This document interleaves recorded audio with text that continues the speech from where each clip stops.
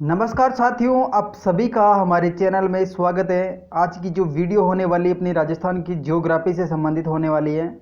इसमें अपन राजस्थान का जो अफवाह तंत्र है उसके बारे में चर्चा कर रहे हैं। तो अफवाह तंत्र को अपन ने 3 भागों में बांटा था। अरब सागरीय अफवाह तंत्र, अंतः प्रवाही अफवाह तंत्र और अपना बंगाल की खाड़ी वाला अपना अफवाह तंत्र है। तो अपन अरब सागरीय अफवाह तंत्र उसके बारे में चर्चा कर चुके हैं। उसके अलावा अपन अंतः प्रवाह का जो अफवाह तंत्र उसके बारे में चर्चा कर रहे हैं, जिसमें अपन 4 नदियों के बारे में डिस्कशन कर चुके हैं। और आज की जो नदी होने वाली अपनी रूपारेल नदी है। अगर दोस्तों आपने मतलब कि इस चैनल को पहली बार देखा है या फिर ये वीडियो आपके लिए पहली बार है, तो इसको जितनी भी सारी वीडियो है उसको आप देख सकते हैं और अपने नोट्स बना सकते हैं। अगर आप नोट्स बना रखे हैं पहले से ही तो इसकी स्पीड बढ़ाकर आप देख सकते हैं दोस्तों, ठीक है। तो आज का जो वीडियो होने वाला अपना रूपारेल नदी से संबंधित होने वाला है। तो रूपारेल नदी का उद्गम कहाँ से होता है दोस्तों, जिसको अपन वराहा नदी के नाम से भी जानते हैं। रूपारेल नदी को अपन वराहा नदी के नाम से भी जानते हैं, ठीक है।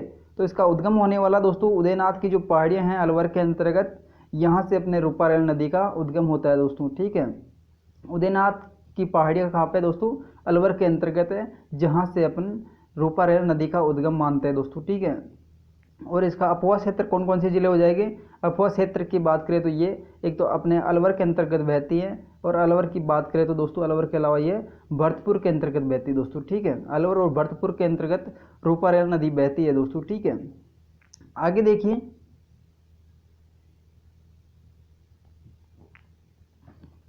दोस्तों रूपारेल नदी अपने उद्गम कहाँ से होती है, उदयनाथ की जो पहाड़ियाँ हैं अपने अलवर के अंतर्गत, यहाँ से अपने रूपारेल नदी का उद्गम होता है दोस्तों, ठीक है। रूपारेल नदी का उद्गम कहाँ से होता है, उदयनाथ की जो पहाड़ियाँ हैं अलवर के अंतर्गत, वहाँ से मतलब कि ये नदी का उद्गम होता है। बाद में ये मतलब अलवर का जो सरिस्का बांध है उसके बीच में बहती हुई दोस्तों ये अपने भरतपुर का जो मोती झील है वहाँ पर आकर विलीन हो जाती है दोस्तों, ठीक है।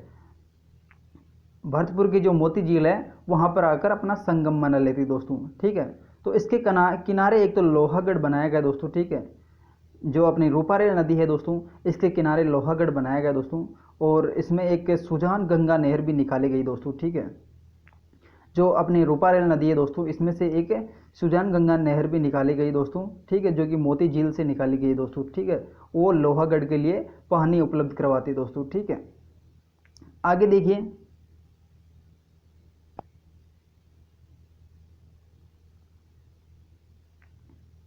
तो दोस्तों जो मोती झील है ये अपने भरतपुर में स्थित है, जो कि मीठे पानी की झील है, ठीक है। मोती झील कहाँ पे स्थित है दोस्तों, भरतपुर के अंतर्गत, जो कि अपनी रूपारेल नदी इसमें आकर शामिल हो जाती है दोस्तों, जिसके द्वारा सिंचाई के लिए जल की आपूर्ति होती है दोस्तों, ठीक है।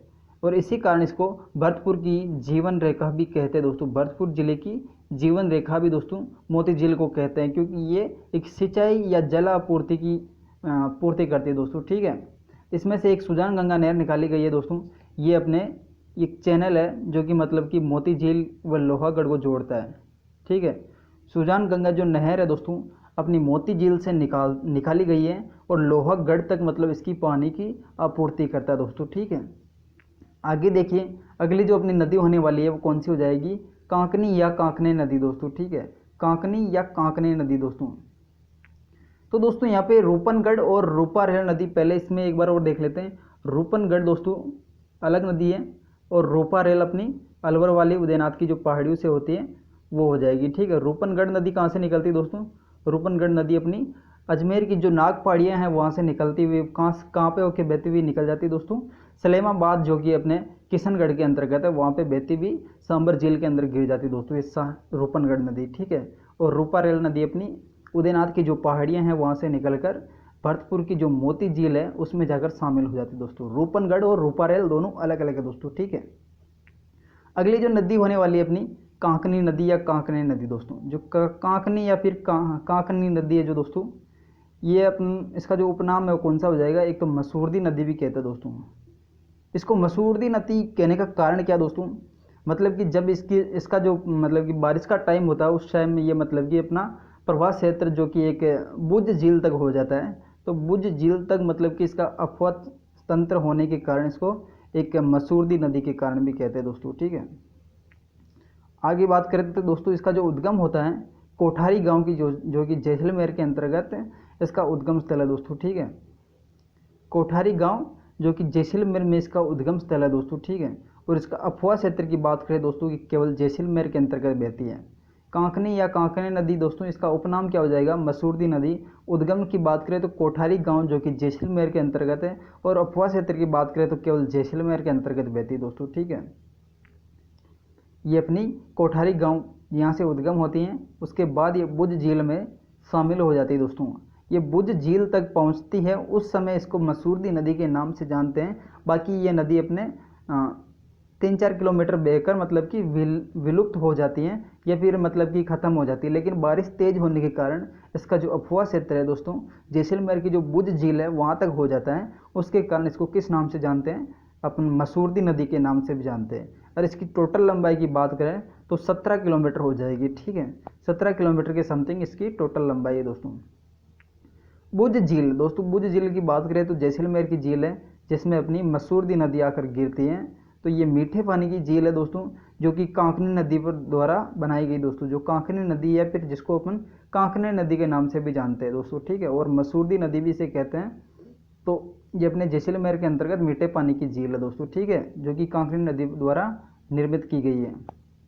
आगे देखिए, अन्य जो अंतःप्रवाह नदियां हैं दोस्तों, अपन ने अंतःप्रवाही नदियों के बारे में चर्चा कर ली।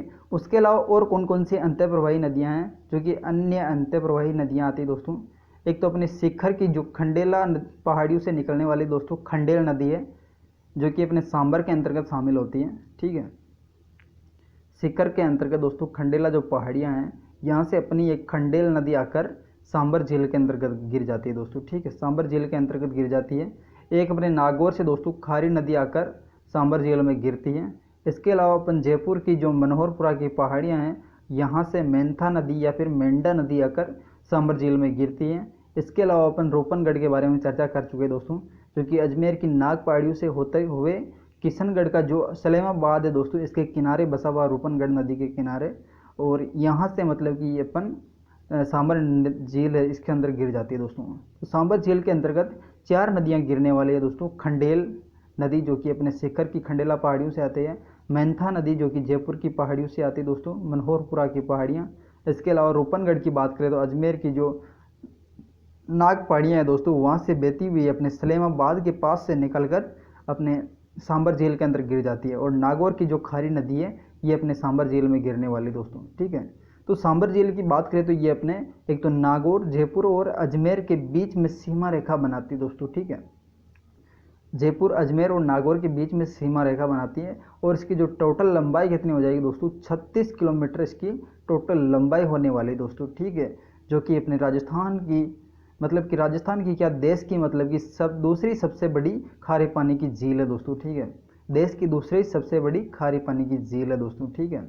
और यहाँ पे सांबर झील की बात करें तो दोस्तों एक फ्लेमिंगो पक्षी आ जाता है दोस्तों सर्दी के टाइम, ठीक है। फ्लेमिंगो पक्षी आ जाता है दोस्तों यहाँ पे सर्दी के टाइम में, ठीक है। और अपने केवलादेव अभ्यारण्य के अंतर्गत कौन सा पक्षी आता है दोस्तों, सारस करेन के नाम से जो पक्षी है वो अपने केवलादेव अभ्यारण्य के अंतर्गत आता है। और सांबर झील की बात करें तो यहाँ पे फ्लेमिंगो पक्षी आता है। और जो खींचन गांव है जो कि फलोदी के अंतर्गत दोस्तों, वहाँ पर कौन सा पक्षी आने वाला दोस्तों, कुरंजा जो पक्षी है वो खींचन गांव के अंतर्गत आने वाला, जो कि सारे ये तीनों के तीनों पक्षी कौन से हो जाएंगे दोस्तों, प्रवासी पक्षी दोस्तों, ठीक है, जो कि अपने राजस्थान में सर्दी के टाइम में आने वाले हैं।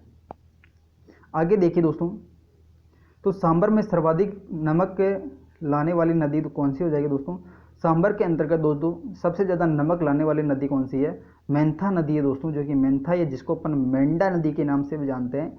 ये अपनी जयपुर की जो मनोहरपुरा पहाड़ियाँ हैं वहाँ से निकलकर अपने सांबर झील के अंतर्गत गिरती है दोस्तों, जो कि सर्वाधिक नमक लाने वाली नदी है दोस्तों, ठीक है।